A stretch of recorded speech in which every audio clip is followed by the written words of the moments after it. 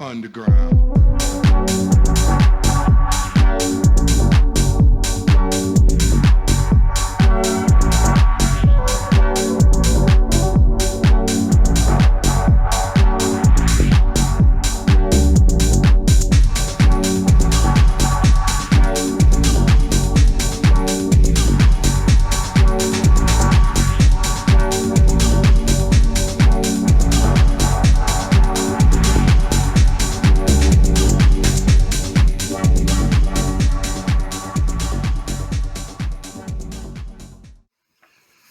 Well, ladies and gentlemen, welcome. I am Swarm Tech. You've probably met me before. With me today, I have three people who actually took the time out of their busy lives to attend what was probably the most incredible event that GunCat has ever had. And the one person who was not able to attend regrets it deeply. And we let him on so that he could soothe himself. But guys, if you want to go ahead and chime in, how y'all doing today? Doing well. Well, Doing super fantastic. Couldn't be better. Cool. So the whole reason that we are gathered here today is we are here to celebrate the holy matrimony that occurred some weekends ago in a remote part of Michigan, where we performed what, to our knowledge, is the first head-to-head face-off style crucible event, where we took two nearly entirely 3D printed firearm designs. We ran 1,000 rounds through them, trying to induce failure, and we wanted to compare them side by side to see which one is going to fail first, which is going to fail more often, why, and then we wanted to go ahead and come together at the end for some recommendations based on the experiences that we had with it. We are really fortunate to have Garrett here with us. Garrett is the man of the hour for actually having written it up and put it together in a very properly scientific manner. Garrett, I think that you're a fantastic person to go ahead and walk us through the first part and just kind of speak to the abstract. Yeah, sure. That sounds good. Maybe we begin by actually talking about the concept of the crucible in the first place, just briefly, since I don't think that's widely. It's becoming more widely known, right? But I think that there's only still been a handful of them, right? And of course, the idea behind a crucible is simply trying to put as many rounds through a firearm in a certain way as possible as a test. They've also kind of become now like opportunities to do social events, which I think is fantastic. But in any case, this is maybe the first sort of scientific introduction to a crucible. And as you mentioned, this was also the first head-to-head crucible. And if we look in the abstract, you'll see just a basic definition of what we did. We fired 1,000 rounds through both the FGC-9 Mark II and the King Cobra 9. With the goal of observing their performances throughout. And we sort of advertised this as like, which one's going to fail first. But to tell you the truth, we didn't really think they were going to fail. What we were more curious about is in what way will they malfunction? Where will those malfunctions occur? And what can we all learn from that? And again, just continuing in the abstract, what we found is that the FGC-9, we'll get into more of the methodology later perhaps, but instead of counting raw malfunctions, we're more looking at in what ways did they fail, right? So if you got like 5 malfunctions in a row and then you fix it with maintenance, well, that's really one malfunction in a sense, right? And so with that definition in mind, the FGC-9 experienced 4 of those. 3 of them were malfunctions due to the bolt getting stuck or dirty or otherwise gummed up. So cleaning those fixed that. The final malfunction on the FGC-9 had to do with the feed ramp getting chewed up. The KC-9 had 2 sets of malfunctions like this, one of which having to do with a bent ejector, which was fixed by bending it back into place. And the other one being the bolt carrier getting stuck, again, due to, I think, just it getting dirty. Cleaning that restored that. So the paper is really a breakdown of what was our methodology to find those results. We go a lot more into detail into what those results particularly were, where along the course of those 1,000 rounds did those occur. And we conclude the paper with some suggestions for future crucibles as well. And that is sort of an overview of the paper as a whole. Now, going into this, what did you expect to break down, or what did you think would break down first? It's a good question. I didn't give a ton of thought as to, at least me personally, I didn't give a ton of thought as to what sorts of failures we would see. What's more interesting is that after we saw the failures, it's like, oh, well, that makes perfect sense. Like if we had actually like took bets on what kind of failures we would see, well, these are the ones we would have expected, right? Both of these are direct blowback guns, so of course we're going to get malfunctions due to the guns getting dirty in the chambers and the bolt carriers. And then with the FGC-9, right? Like, yeah, we probably would expect that printed feed ramp would fail at some point because that feed ramp is made of plastic, right? So that wasn't a surprise. But yeah, to immediately answer your question, I don't think I had too many guesses as to what would fail going into it. Cool. Mm-hmm. And similarly, so the idea for having a crucible started originally with just one KC-9 that I was going to print on what we would later learn was a poorly calibrated machine. But when I was going into it, I had every confidence that the failures that we were going to have were going to be extremely minimal, that it was going to be an extremely safe test, which was part of the reason I felt comfortable inviting so many people out to partake in it with us and to shoot if they were interested. We were using designs that have been extensively tested both by the developers and in the wild. And for that reason, I didn't expect any truly catastrophic or dangerous things to happen. Note for anybody who's thinking about doing something like a crucible, be very, very conscious of the fact that if you are expecting a catastrophic malfunction, you should be prepared safety-wise. We were prepared safety-wise. We had multiple people on site with medical experience, plenty of medical supplies to take care of anything that might have happened, and we did have an emergency evac plan and things like that. So we'll get more into recommendations for people later on, but I know for my side of it, I specifically did it because I did not expect major catastrophic malfunctions. I'd want to interject here and also say if someone is planning on doing their own crucible, reach out to Out of Battery if you have questions about safety. Swarm did a really good job of making sure that everyone was safe, and the safety briefing was very clear and everyone understood. Stay hydrated. If you have issues, go see these people. Make sure you're not in the sun too long. So if you are going to do a crucible, it doesn't hurt just to reach out and say, hey, what are some of the steps you guys took? So that way during your crucible, we don't have like the first issues of like someone getting hurt during a gun CAD crucible. So that's where I like to run. Absolutely. And I definitely appreciate the kind words. I don't know that I was as eloquent as you make me sound, but I appreciate it. That does seem like a really natural sort of place to segue into the next section of the paper, which is where we're pretty much just talking about materials and methods that were involved with this testing. And Bit, I know that I was speaking with you extensively throughout this entire process. You kept me from going insane and going a little overboard on it. Would you like to go ahead and talk about what we brought to the table and what we were using? So I believe you printed your KC-9 out of Coex Nylex glass filled. Mhm. And I think the FGC-9 was printed out of the SaneSmart carbon fiber. Is that correct? I think That's so. what I remember. They Yep. talked about SandSmart. Yep. And we put your KC-9 together. We spent a lot of time just filing. It wasn't bad. We just had to file on it, loose nozzle. Both of those nylons performed flawlessly all day long in the heat. 1,000 rounds each gun, one sitting. They could have taken more. Mm-hmm. And I think that we're kind of glancing over it just a little bit, but we intentionally chose nylon for these builds, not only for the safety aspect. We know that nylon can handle pretty much anything you can throw at it. The other part of it was we were concerned with heat mitigation. So you might not think it, but Michigan actually does get pretty darn hot in the summer. And given that I was the one organizing it and choosing where we're going to be shooting, I knew that the box canyon that we were shooting in had very little shade, had very little wind. There wasn't a ton there to take that heat away from the firearms and kind of mitigate the bad things that would be happening from all of that heat creep. So we intentionally chose not to do PLA plus which is kind of the gold standard and is what is recommended for the FGC9. The King Cobra is recommended to be printed in a filled nylon, I think specifically nylon X, but it is specifically recommended that you do a nylon specifically for heat purposes.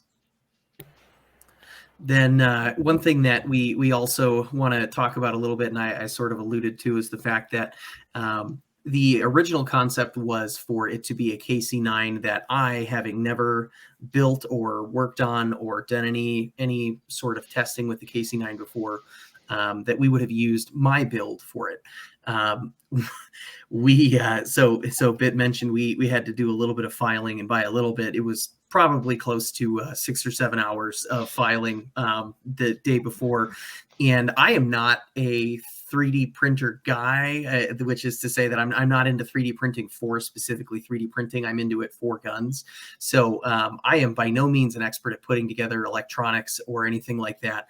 Well, wait, let me defend you. First of all, it's not that we had to file that much off of it. It's just it took us 6 hours to file 1 millimeter of this filament. We were literally snapping screws in half. As soon as they would bottom out in the plastic, they would snap the sheet metal screws in half. So it wasn't off that much. It was just trying to remove the filament after the fact was a mission impossible task. Yeah, that was definitely tough, but I'm really glad that Bit was able to come out and spend some time with me and find out that my Prusa had a loose hot end, which really embarrassing. That's some rookie stuff that I'm going to be better in the future. But what he found out was that you didn't have adequate tools for a loose hot end. That's what he found out. That too. Which I own that. I definitely should have been more up on that and came correct, but I did not. And as a result, my KC9 experienced a number of issues with just magazine retention, which seems like a really silly minor thing. But when you're intending to go through 1,000 rounds of anything, if your mags aren't staying in the gun, you're spending a whole lot of time working it like a bolt action when really it's supposed to be a semi-auto. So about halfway through, I think we got through at least 450 some rounds through my KC9 with no structural defects, no clear indicators that anything was broken or going wrong or anything like that. The decision was made to take guns that were, as one very wise person put it, printed correctly, and to compare those. And we were really fortunate that Durwood himself, so the designer of both of those guns, well, the direct designer of the KC9 and the designer of the AP9, which was converted into the FGC9 once it was turned into metric, he was there with us, and he had his own personal King Cobra with him, which was fantastic because he said he did not have a problem with us using that for the Crucible. That meant that we had a new gun that we could go ahead and start, and we did have enough ammo to do a full 1,000 rounds through both of them, even with having used those 400 plus on my frame. So definitely really fortunate about that too. A couple other things that we used just in terms of materials. So we did have 2 different ammo types throughout the process. So the FGC9 was firing PMC bronze brass case, 9mm.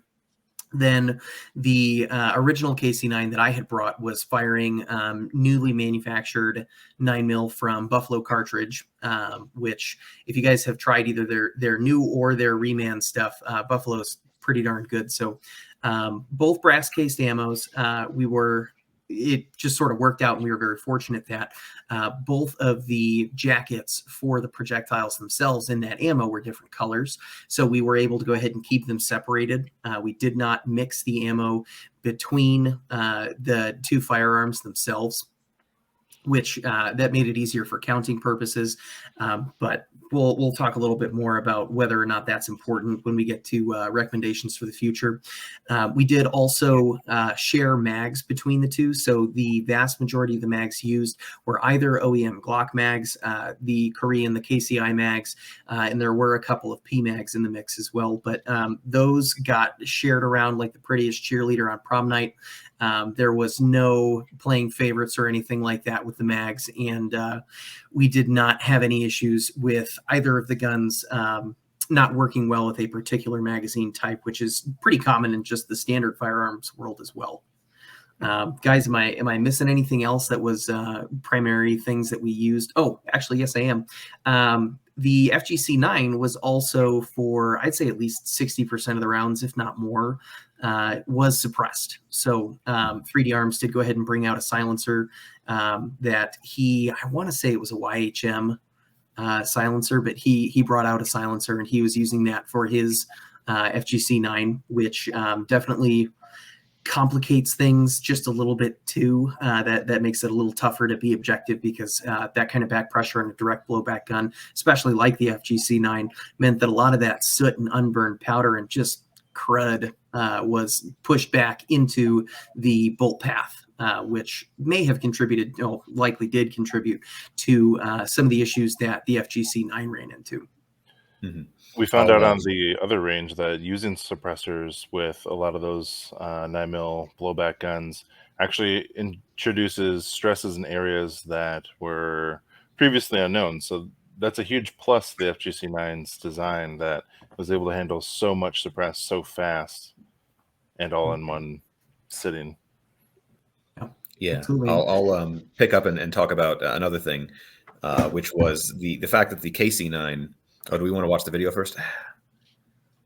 Yeah, show the video of the suppressed. So you can see just how dirty that thing's getting. If you really stop and pause and look at that injection port, she's covered in soot. That's a 17th century London chimney sweep right there. His hands at the end of the day were so dirty. Filthy. Yep. And the reason we're making kind of such a big deal out of the sort of the differences in, which ammo do we use with which gun, which magazines do we use, the fact that the FGC-9 was suppressed, but the KC-9 was not, is sort of as a mea culpa, right? That there were some differences between the two setups that were run. And that came sort of out of, I guess, the fact that we're still kind of trying to figure out exactly how best to run these crucibles and how to make them as scientific as possible. And it wasn't always as great as it could be, and that's discussed in the paper.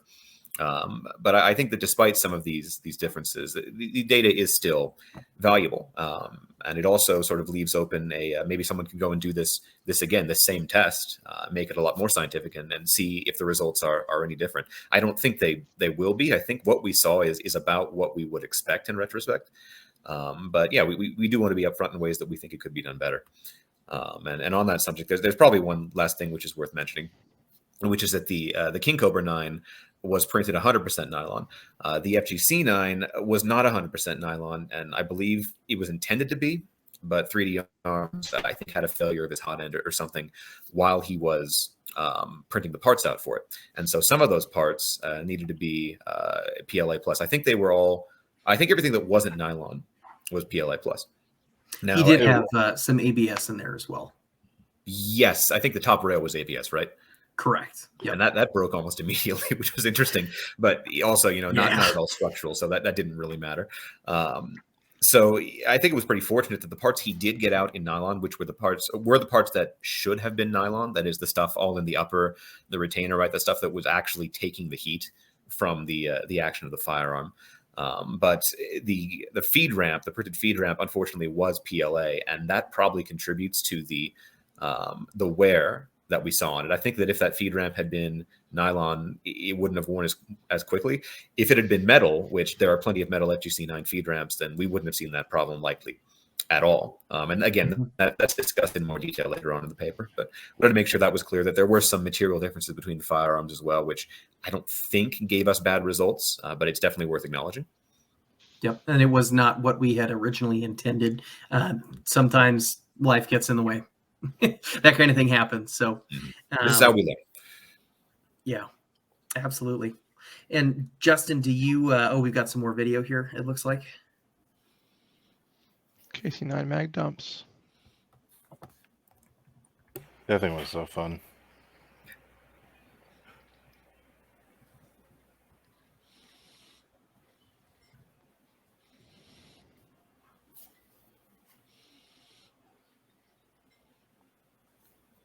Watching Durwood shoot's always incredible, because that man, he's given Jerry Michalek a run for his money. He's got a fast finger. Dude, you're right, and I didn't know that going. I think I've only ever seen it shoot once before. I don't think I've ever seen a mag dump. What was the distance to those targets? Do you think? It was more than 20 yards. I clocked his fingers at over 400 rounds per minute whenever I was doing some audio stuff. It's incredible. He dumps And not only 21 is he- rounds in under 3 seconds. And he's firing that accurately. Like he Yes. was hitting those yeah. torso-sized targets, which not a great distance, but he's blasting through that. And Yeah. for context, that Cobra that you just saw has approximately 4,000 to 5,000 rounds through it already. Mhm. Like it had over 2,500 before it started. Yep. Right, which in itself is also unfortunate, right? Because that again is a divergence, because the FGC9 was a virgin frame, and yet we didn't see any failures on the KC9 that we might have attributed to having more rounds over it overall. Right. Mm-hmm. So since I wasn't there, and you guys, when you're actually doing this crucible, you guys talked about sharing the magazines. So I assume that whoever was available to load magazines was loading the magazines, and then they would just get handed to whoever was shooting the whatever firearm next to that point. And then, so we've done a similar crucible before when we were out in Texas. We were shooting the SETME, and there was much larger breaks taken, I assume, by that than what you guys were taking with 9mm versus 308. So how did that go exactly? Am I pretty close on my assessment of that? So I actually came over to the Crucible a little later and was handed a mag. Oh, hey, you should try this one and see what you can run through it. And yeah, they were like, make sure you only use this mag with this one because it's loaded with the copper top. The copper top only goes with whatever one it was. But that was the first thing that anyone that came over to actually shoot in the Crucible, they were informed right away. Make sure you only use this type of ammo with this weapon. So that way we have it all counted and it's all accounted for. But yeah, like Swarm said, the mags themselves were, if you just find a mag, you start loading it and hand it to the right person and go shoot. Mm-hmm. And to make And sure with that's that, clear, then the use of one mag with one ammo with one gun was solely to keep ammo counted properly. We knew we had 1,000 rounds of ammo X and 1,000 rounds of ammo Y, and so even though we were keeping count as we went, we still knew that if we got through all of ammo X, then that was 1,000 rounds for that gun, right? But that only works if you only use ammo X with that gun and ammo Y with the other gun. So that was why it was important to not shoot ammo Y through the wrong gun, as it were, and not because like one gun didn't like the other ammo or something like that. That's important because no one in gun can count anyways. I've learned this several times. So Yeah, we're not great Well, at the basics. this magazine has 8 rounds in it. Nope, that's 20, sir. That's 20 rounds in that magazine. It's California logic. Right. Justin, your assessment was actually pretty darn spot on for having been the only person in this entire panel who didn't go. Which again, I hope you feel bad about that every time I say it. I want to rub this in so that you never miss another one. But your assessment was right. So we did sort of just do it as an ad hoc, as a mag was handed to you, or as you filled yours, you went up and shot. We did take a couple of breaks intermittently, just completely unplanned and for unspecified amounts of time because, well, really for various reasons. At some points, people, yep, they wanted to go shoot the 50 BMGs. There was a lot of really, really cool stuff that was brought out to the open shoot side of the meetup, and people wanted to go over, shoot those. People had to do other things, had to get water, use the restroom, lunchtime, exactly, that kind of stuff. That's what's going to happen on a normal range day, and it also served a dual function of allowing both of the firearms to cool down at least a little bit, because even factory guns, if you run 1,000 rounds straight, that's how you destroy them. They need a little time at least to cool down. So we didn't quite give it a solid 15 minutes every 200 rounds kind of thing. It was definitely looser than that, but we did take some time between each of the large bursts of fire. And with that, there was no external cooling of the firearms either, right? It was just left on open air. No ice boxes or compressed air or anything of that nature, correct? Correct. Yep. No, we if it got in the shade, great. There's a couple of times where it was just sitting baking in the sun, which maybe didn't really help cool it that much, but a little bit. I will I will give the disclaimer that 3D Arms did kiss and blow on his gun a couple times, but Oh, he licked his gun too. It was more of a sensual act than it was for cooling. Yes, that gun was not a virgin afterwards, and not just because of the rounds that went through it. Oh man. Oh man. Both weapons crossing the finish line is actually pretty incredible footage. He was dragging the FGC 9 the last 100 rounds, like feeding him in, just making that feed ramp work. He's on the very last magazine, slaps it in there. Hail Mary, boom, flawless all the way across the finish line. That was excellent. And then Durwood, he shot his last 60 rounds like basically in 4 seconds flat, easily outpaced Mickey Lake. Yep, which is really, really impressive. As far as other things that we did through running the Crucible itself, we did perform some, again, very ad hoc, very loosely scheduled maintenance that was not consistent between the two. So when you go into the paper and you look at the types of failures that occurred, a number of them were due to just having some of that soot and nastiness blown back into the path of the bolt. And especially with the FGC9, when we ran into issues like that, we didn't disassemble. We did not take things apart and toothbrush them or anything like that. We use the age-old trick. It just squirts some CLP in it. And I say it all the time, for firearm or marital troubles, lube will help. And it did. It really, truly did. So we did do some maintenance, but that was not something that we truly intended to do. It just kind of happened, and it happened to be great fixes. The only other fix that really happened throughout the Crucible was the rebending of the ejector for the King Cobra, which that's not something that I would say most users are going to have to do. This was, again, Durwood's KC9 had multiple thousands of rounds through it before it came out for this test. So it stands to reason that that could be an overtime thing. But other than that, we didn't have any specific maintenance that we intended to do or did on both or anything like that. And that is discussed more in depth in the paper as well. And I know we keep saying that. It's because we do want you to read the paper. Garrett did a fantastic job of writing this up. It is a very great paper that you should read. But thank you. As far as, and one thing that we also didn't really mention a ton too, so Garrett, you alluded to it, but we were using just the C-zone size steel targets approximately 30 yards away. We were not testing accuracy for this Crucible. So we were like, we had actual targets. So it was like one step above mag dumping into trash, but it was like a baby step. If you hit it, great. If not, great. Sure. Durwood did make some awesome music with the steel, though. Those fast fingers and that steel was pretty killer. Definitely really enjoyed that part of it too. But he also has thousands of rounds behind that platform, so you would expect him to be ringing steel with it at that point, right? Yeah. Like thousands and thousands of rounds. Yeah. Oh, for sure. But I think that and I guess we should also mention too. So. We did have multiple shooters that came out and fired both of the frames. Anybody that wanted to was welcome to either grab a loaded mag or to load their own mag and either dump it, shoot for accuracy, however they wanted. It was a, hey, come try these things out and also help give our fingers a break. Thumbs were injured that day. Yeah.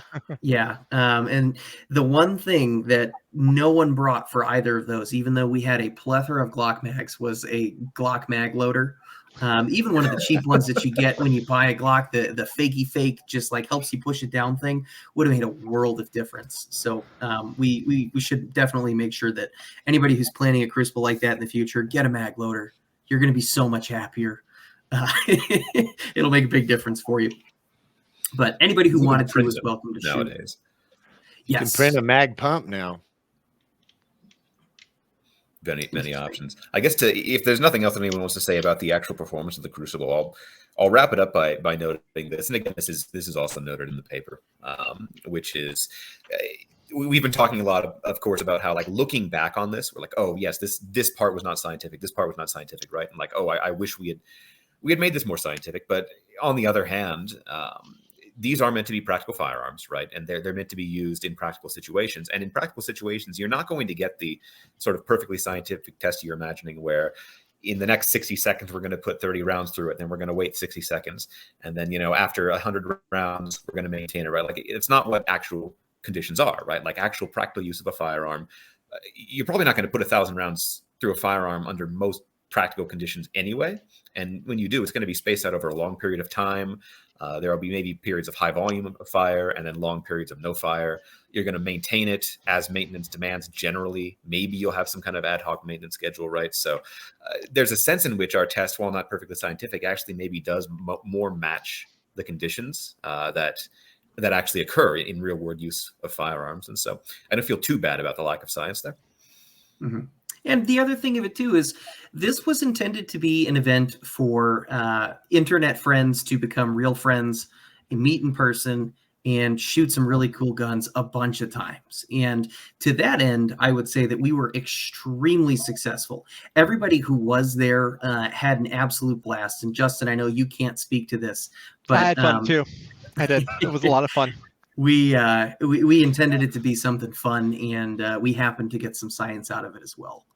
I think that's a pretty fair description of it. Moving through there, I guess we can get into the results portion here. If you guys are good with that, does that sound good? Send it. Cool. Garrett, would you like to talk about the results? You did a fantastic job of keeping track of it. I was running all over the place being camp dad that day, so I was not the right person for that job. I'm really grateful that you did actually take meticulous notes on it. But Thank take you. it away. Yeah, I did my best, and I think they're mostly accurate. I know the exact round counts are not going to be perfectly correct, but we do at least believe we made it over 1,000 on both. And I know that the malfunctions are correct. I was very closely paying attention to that. So the paper has an appendix at the end, so you can see each individual magazine as we ran it. You can see which strings of fire had malfunctions. But yeah, the results section of the paper itself is where we try to present this data in a condensed way. And I talked about it a little bit before. I'll go over it again, maybe in some more detail, the way that we actually did try to interpret this data. And it all has to do with sort of what do we count as a malfunction? I don't really mean that by like, was that a failure to feed or wasn't it? It's more like if you start getting, 10 failure to feeds in a row, and then you lose the gun and that fixes it. Well, was that really 10 failures or was that one failure, which was that the gun got dirty, right? Now, if you had, if you put 5 magazines through it and each of those had 1 or 2 failure feeds and you can find no good reason for it, well, then maybe that is a large number of malfunctions and may indicate a problem with the design, right? But if you're only getting, if it's more like what I described, where you can fix the malfunction with some kind of maintenance, then really it's only one kind of malfunction that just kept occurring because the problem was still there. And that's ultimately how I think we chose to interpret the data, where neither frame had the kind of malfunction where it's like, I have no idea why this is happening and I don't know how to fix it. It was much more failures where, okay, even though we got this number of raw failures, it's really just one failure because we know how to fix it, and fixing it solved the problem going forward. So that's how we get the final numbers, which are the ultimate number of group malfunctions for the FGC9 was 4 of them, and for the KC9 was 2 of them. And I'll pause there to see if anyone wants to interject and add anything. Just a personal comment that, guys, if you were to shoot a factory firearm 1,000 rounds, I can almost guarantee you're going to have at least a couple failures to feed. So the fact that these are 3D printed, homemade by people who have no formal gunsmithing experience or training or anything like that shows you that you really can do this at home. Just wanted to throw in that little everyone's welcome and you can do this note. Well, I mean, especially because if you look like some firearms that just came out recently, like the Prodigy, the double stack 1911 just came out. There's guys having huge issues with that, with the failure to feeds exactly on it prior to 500 rounds, even before that break-in process. One of the things I want to note, as designed the mac and cheese back there and using a lot of other people's 9mm Glock fed designs, is getting that feed ramp right and not in a design that's going to not wear out when you put 1,000 rounds through it is really tough. That's why if you make a design or you are going to use a design, that has it available. If you can upgrade to a metal feed ramp, if you have that option, if you have that in your budget, go for it, because that would have probably eliminated a lot of issues that we were having with the FGC9, but that wouldn't have been fair. So I mean, I would, as far as fairness goes, if I could change one thing about our methodology, it probably would be using a metal feed ramp on the FGC9. And again, this is just something I don't think that we thought of going into it. The King Cobra 9, of course, uses a Glock barrel, right? So it has a metal feed ramp. And the FGC9, it's designed to use a printed feed ramp. And so it's more representative of what people are actually going to build if you're using the printed feed ramp. But for a fairer comparison, a metal feed ramp might have been better there. And we did see, feed ramp failures at the end. I guess we're getting into the actual results now. So yeah, the FGC9 at the end around, I quoted as around 841, but it's near the end of the 1,000, right? Is where we started getting on almost every string of fire, failures to feed, which just looking at the feed ramp, you could tell this was really chewed up, and it's not surprising that we're getting those kinds of failures, right? So a more fair comparison probably would have used a feed ramp there. And that's also useful data that if you're using an FGC9, if you're using another design with a printed feed ramp, it's not just like good wisdom to use a metal one, but hey, like we actually have some data now showing that it's going to fail at some point, and that you should really consider getting one. One thing I want to note is the way that the FGC9's feed ramp failed was the same that the mac and cheese one failed. So it's just a consistency issue that has to do with the PLA material, not necessarily any specific design. And that most people are familiar with layer separation. When you have layers that aren't adhered well, they start to peel like this. Well, with both of the designs, you have something pounding into it enough times where it actually starts to separate from the top. So you're actually pushing it back. And the same thing on the FGC9. There's a shot somewhere. I don't know if Bet can find it, but there's a shot somewhere that actually shows, and you can see there's a crack. It looks like a crack. It's not a crack. It's separation, but it's literally like the front of the face where the bullet ramps up. It's just separating those layers from just hitting it so many times with so much force. So I don't think I have that one quite ready to go. I'd have to dig through a few. that's it. It's kind of hidden. So I do have a side-by-side direct comparison with some commentary from 3D Arms as we were approaching the finish line. Let me show this real quick. All right, round in the chamber. Okay, ready? All right, so here we have a FGC9 Mark II and a King Cobra 9. And so what we're looking at here is comparing the recoil differences. So I've shot the two separately, and it seems pretty significant. But now we're going to get as close of a comparison as humankind can do. just note how handsome he is. It is pretty significant. Like, the recoil isn't bad on the FGC9 because it's 9 mil. But it is, even though they're the same weight, this gun does feel softer. I'm going to do a few more.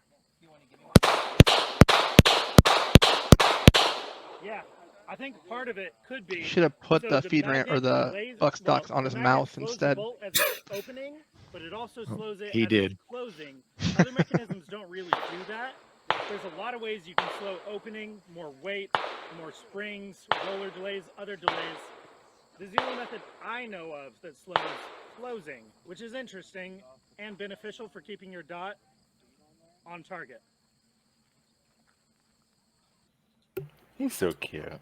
I just want to give a huge shout out to 3D Arms. He was fantastic throughout that whole process too.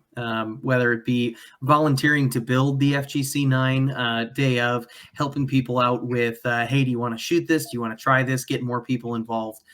He absolutely knocked it out of the park. So I know he's not on the panel with us today, but big shout out to him. He was a force for sure. Such a good dude. He's so funny. Mm-hmm. So that I think pretty well covers the malfunctions that we saw. Vast majority were due to either just getting dirty from all of those rounds of 9mm being shot through them, or basically what would it, if it were a person, it would be an overuse injury, right? You're getting delamination of those feed ramps. So those would be things that I think that we would touch on in a future one. I think that the video that you played also does do a pretty good job at comparing what's actually happening with the action of the firearm that was different. So the King Cobra is delayed, right? So it is a magnetically delayed blowback firearm versus the FGC9, which is just straight blowback. Because we didn't experience any kind of catastrophic failure or damage to either of the frames, we can't really definitively say whether or not it made a difference in terms of the longevity of the firearm. But I would feel pretty confident in saying anybody that shot both side by side did feel a pretty significant difference between the smoothness of the action of the firearm itself. So what Go ahead, I got was that if you're a man, you're going to shoot a FCG9, and if you're a woman, you'll shoot the KC9. Is that what you're saying? What? Okay, just make Something sure. like that. I went into this thinking that the magnetic thing was kind of like a gimmick and like, cool, someone put magnets in a 3D printed gun, whatever, kind of neat. And then actually going to this event and actually seeing it in use and actually shooting it. Yep. Wow. Like, it's probably the lightest shooting 9mm carbine I've ever used. So that's something to say. That's pretty cool. I myself owned several small 9mm like sub guns, and it holds its own. My KC9 holds its own. I mean, it's not as nice as my APC9, but it's close. It sounds a little silly in retrospect, but at least I didn't actually go into this test thinking, in addition to checking the malfunctions, we'll also be able to compare a recoil. And like, yeah, of course, it's obvious we can compare that recoil now that we've done it, but I actually didn't go in thinking about it. But for that reason, we didn't really bring any equipment to test like that recoil scientifically. And that means there's an opportunity here for anyone who wants to do a similar test like this. There are surely ways that you can measure actual recoil, and not just the maximum force of that recoil, but the recoil over time. You can measure that. The other interesting thing about the KC9, of course, is that the magnets are adjustable, right? So you can have, I think Durwood recommended 7 at release in the gun, but you can have 4. You can have no magnets, in fact, and just test what it feels like with the recoil spring. And so there's a lot of interesting experiments that you could continue looking at for recoil to see precisely, how does this measure out, and what is the actual measured difference. But in any case, we had enough people shooting these two guns at this event that anecdotally there definitely is something going on there, and it just remains to be characterized. Mm-hmm. I'm going to tell you a funny story about the KC9. I met Durwood at the first Gunmakers match, and we hit it off right away. I went on to go into the original beta team for that, and so they had us print the Cobra 9, not the King Cobra 9. We didn't know what the Mojo was, right? So we're printing this frame, we're putting it together, we're going to shoot it, and I'm like, I go shoot it, I'm like, all right. I didn't feel like anything special, but once we had built and shot this, he's like, all right, now here's the King Cobra 9. And then he told us all the Mojo. So we were like weeks into this beta before we even knew what was going on with the magnets. It's a world of difference. It's interesting stuff. I don't know if we should be telling too many tales, but Durwood did bring some of his newer designs to the match as well. I know several of us got to shoot them, one of which is the RTT9. I know that's been announced. The other one, I don't think it's been announced yet. And in any case, I don't remember what the name of it was. But we got to shoot both of those. The RTT also uses magnets, and that also felt really good. I don't exactly recall how it compared to the KC9, but the other design that's new, he's still keeping secret exactly what the magic is in that one, but he says it's not magnets. That one felt even smoother than the KC9 to me. So we should see some pretty cool stuff coming out of Durwood in the next 6 months to a year, I'd imagine. Oh, yeah. Mm-hmm. And guys, it feels like we're coming to a pretty natural conclusion here of talking about the actual crucible itself before we get into the tips and recommendations, things that we would tell other people who would be considering hosting this kind of event. Do you guys have any last words that you guys want to bring out on the actual crucible itself? I think that we've gone over the major stuff that I had. Anything else on your guys' end? I think you guys covered it all. Cool. Agreed. It's tough to condense about 6 hours down into what we're at 40 some minutes here, but it really was an odyssey, and not in the file hosting way. It was a pretty cool event.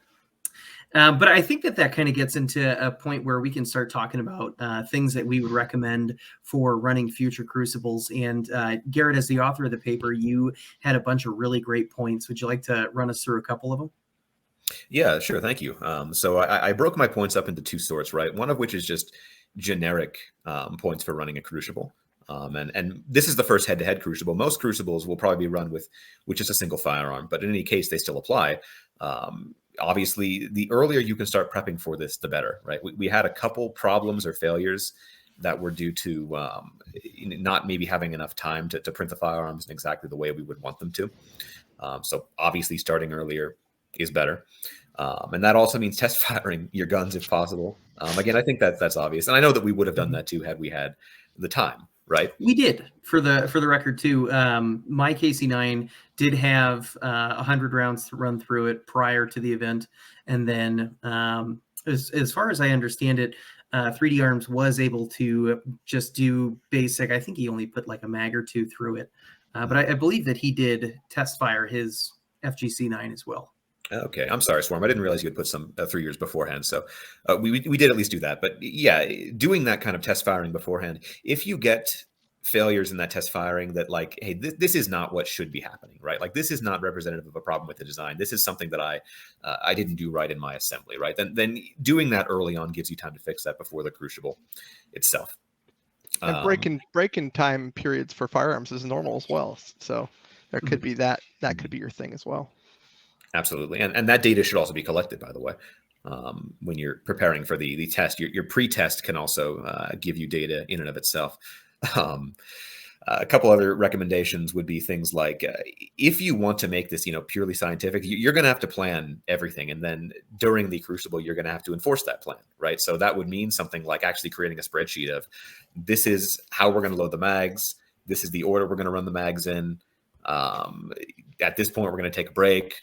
We're going to maintain at this point. And maybe depending on what you want to get out of your crucible, that level of planning may be appropriate or maybe it won't be.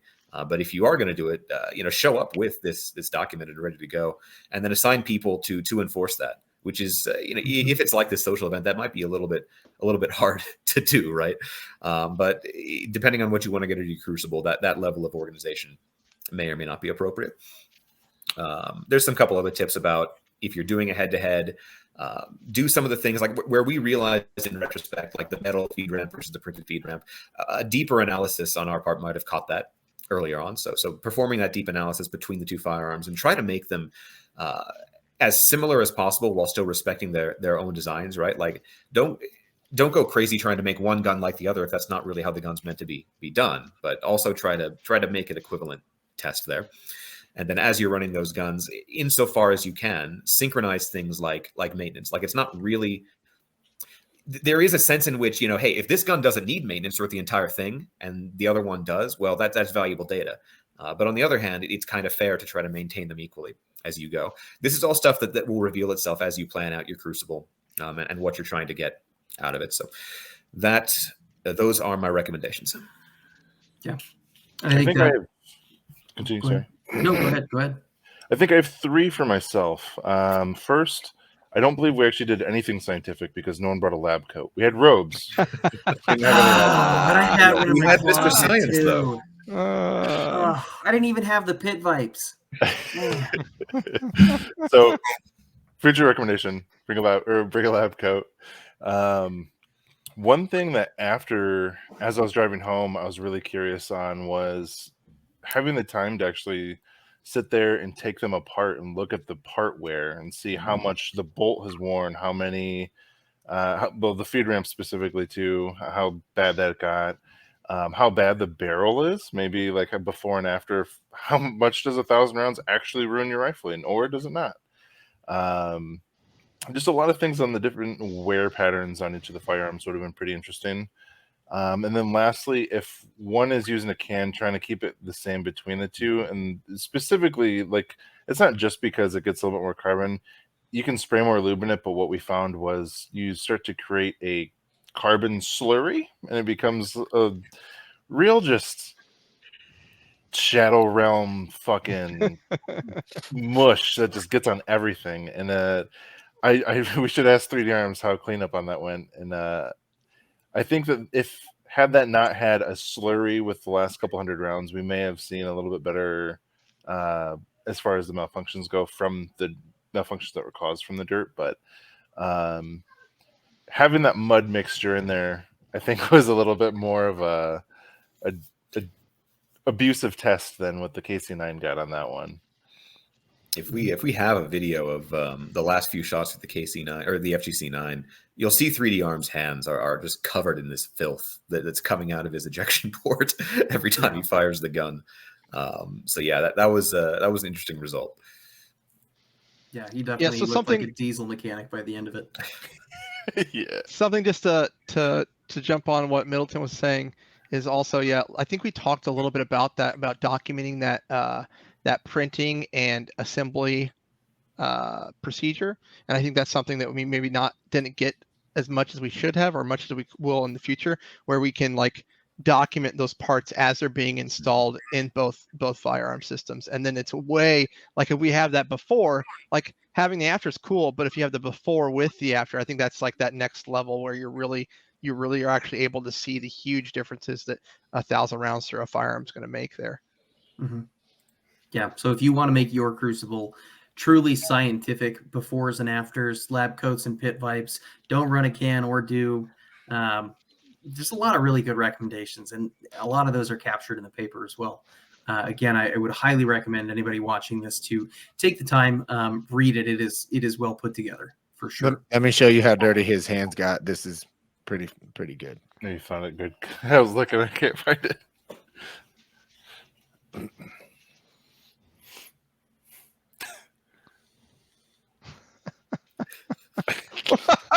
As I said, he got real pretty common. Yeah. Yeah. Let's back that up to the. Oh, okay. I was gonna say, if you back it up to like second 5 of that 6-second clip, where his hand is free and holding the mag, you can see his fingers are just there. It's a little gnarly. So go where your cursor is there. A little more forward, where he's pulling his right hand off of the gun. So yeah, take a look at his index finger there. It's pretty gnarly. It's a different complexion. Yes, significantly. This is making me think of something that we can say that we probably did fairly well, and that should be a recommendation for crucibles as well, which is documenting as much as you can, recording as much as you can, getting photos of as much as you can. We had a couple people who their dedicated job was recording things, and that is definitely a recommendation I would have for other crucibles as well. Yeah, guys, I think we covered quite a bit. We discussed the paper pretty thoroughly. I know for myself, I would just like to say a big thank you to everybody that was involved. Thank you, Garrett, for being kind enough to come out to supply some of the ammo. Bit for keeping me sane, Middleton for taking some awesome documentation, Justin for being too poor to come to Michigan, because now I get to make fun of you for in perpetuity. That's what it was. Just wanted being poor. Just wanted to give you guys a huge shout out and say thank you.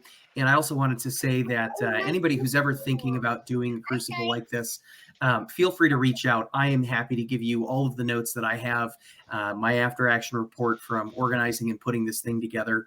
I am more than happy to help make any of these kind of events happen in the future, because we as a community definitely need to see more of these kind of events.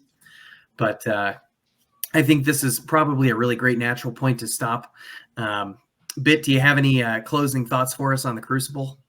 I loved it. Thank you for doing it. For sure.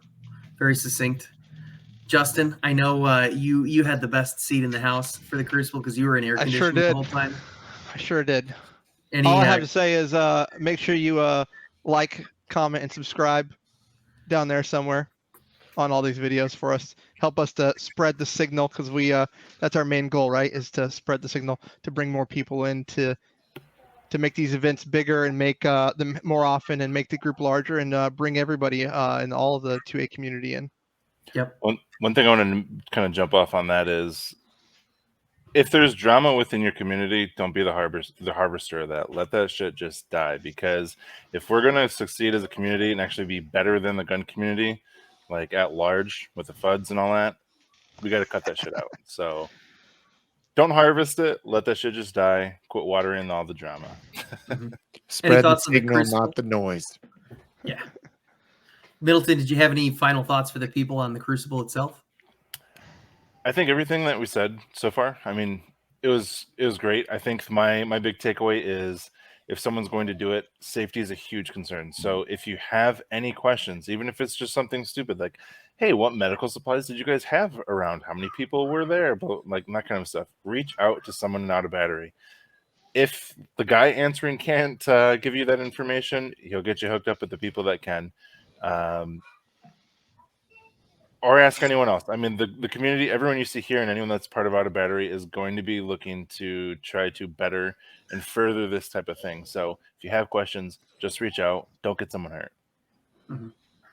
And finally, Garrett, thank you again for putting together the paper. Do you have any closing thoughts for the people? I very much want to thank you, Swarm, for making this happen. I want to make clear to everyone listening that Swarm probably spent, what was a 6-hour event? And I'd imagine you probably spent 10 times that amount of time planning it. Thank you so much for all the work that you put into that. These sorts of events, not just the introduction of scientific analysis into our community, not just that is incredibly valuable, but also the in-person meetups, I believe, continue to be one of the greatest innovations that this community has developed over the last year. And the Out of Battery guys have done a lot to help promote that. I look very forward to seeing what other stuff you guys do towards that end. I think it's very healthy and it's very exciting. So thank you all for making this happen. Awesome. Well, guys, that's all we have for you. Thanks for tuning in. Hope you guys enjoyed this, and definitely keep your eyes out. There's going to be more meetups that are happening in the future, and they're open to everyone. We want everyone to come out, have some fun, shoot some guns with us. So, guys, thank you so much, and we'll see you next time. Can't stop the signal. Hell yeah, dude.